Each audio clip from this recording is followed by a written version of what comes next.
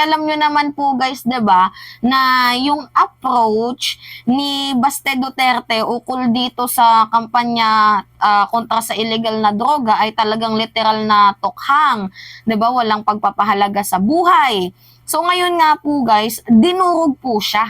Literal na binasag po ng bagong PNP chief itong approach ni Mayor Basti Duterte. Kasi nga po guys, ipagpapatuloy daw po ng bagong PNP chief na si Romil Francisco Marbil ang sinimulan ng dati at nag-retired na PNP chief. So ngayon nga po guys, sino yung susundin ng Davao Police, yung national government approach or si Baste Duterte? Kasi sa akin lang guys sa palagay ko lang, hindi talaga applicable yung approach ng mga Duterte na, war on drugs, yung may tukhang, pabaril-baril, yung lumalagatak yung dugo dyan sa kalye, kasi sabi daw lahat ng laban. Kasi guys, sa totoo lang hindi ko sa nila lahat, hindi naman kasi lahat ng PNP chief, hindi lahat ng mga polis matitino. Kaya nga guys, tingnan nyo, si Abalos meron ngang natimbrehan na 18 high-rank PNP official, 'di ba, na mga sangkot sa illegal na droga. Kaya nga yung sinasabi ko sa inyo guys, hindi lahat ng pulis matitino. Ang iba doon guys, yung mga nagpapasikat ba? Alam niyo yon, yung para tumaas yung ranggo nila, yung mga pumapapel, 'di ba? Kasi sa lahat naman ng sa lahat naman ng trabaho, merong mga mapapapil diyan, merong mga bida-bida. So yung mga bida-bidang pulis na 'yan, ang ginagawa nila alam naman nilang nakatsinelas, tinatapakan pa nila.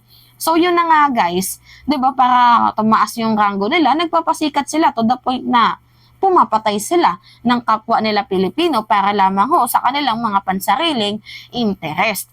At yan po guys ang ating iniiwasan ngayon, yung mga pabida-bida, 'di ba, mga papel, yan po yung iniiwasan natin ngayon. So as much as possible, yung approach po ni Romil Francisco Marbil, yung logo nila, tagline nila ay buhay ingatan, droga ay iwasan. So yun na nga po guys, pakinggan natin itong balita ng UNTV. Isa naman talagang gusto ng Pangulo natin, yung ligtas na bagong Pilipinas. Dapat maramdaman ng mga tao yung mga kapulisan natin. Tama. Itutuloy ng bagong pinuno ng pambansang pulisya ang magagandang programa ng mga nagdaang Chief PNP sa paglaban sa kriminalidad. Hindi rin magdedeklara ng Yung mga PNP chief na nagdeklara ng mga magaganda lang hindi kasama dito si Bato. 'Di ba?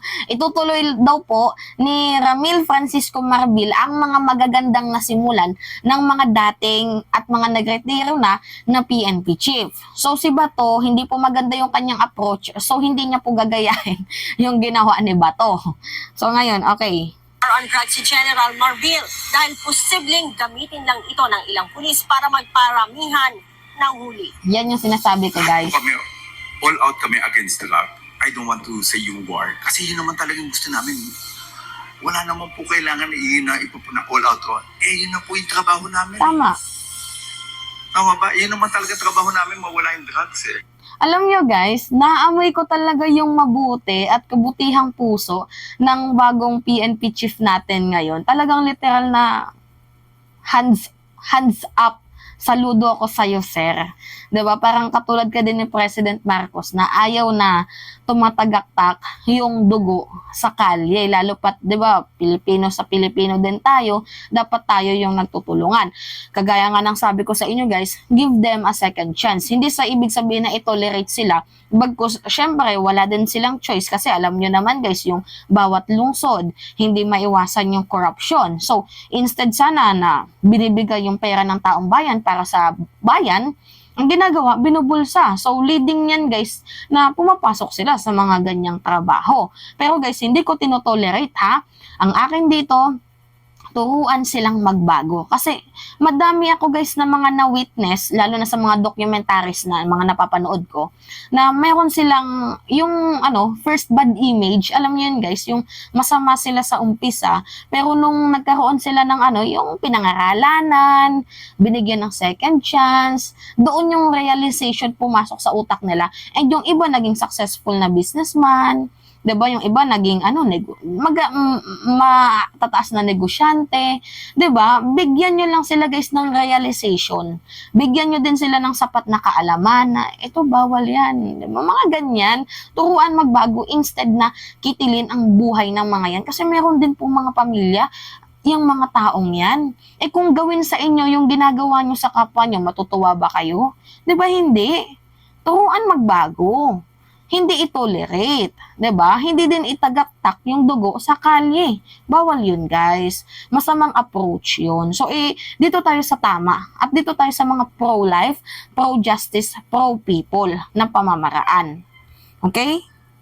Hindi lang po kung Chief PNP nagsabi niyan, lahat po kami, yan po yung trabaho namin. There's no need for us to declare dagwa.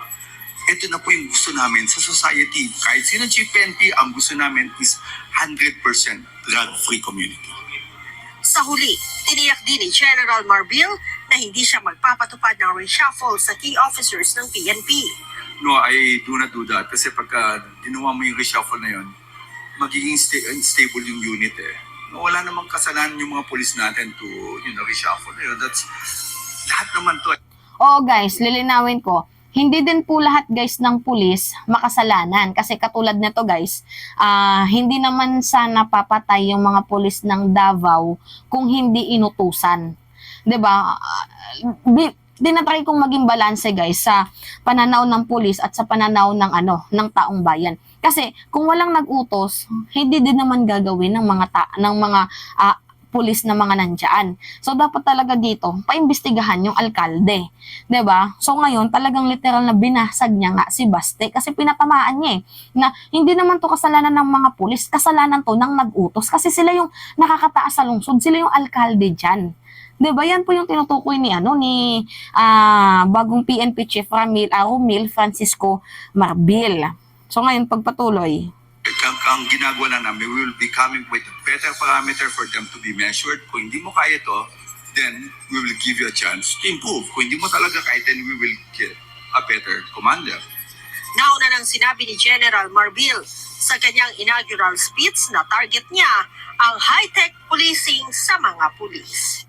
Okay guys, alam nyo guys, yung tawag dito, yung governor, yung alkalde, mga mayor, meron po silang kakayahan na mag-utos dito sa mga kapulisan.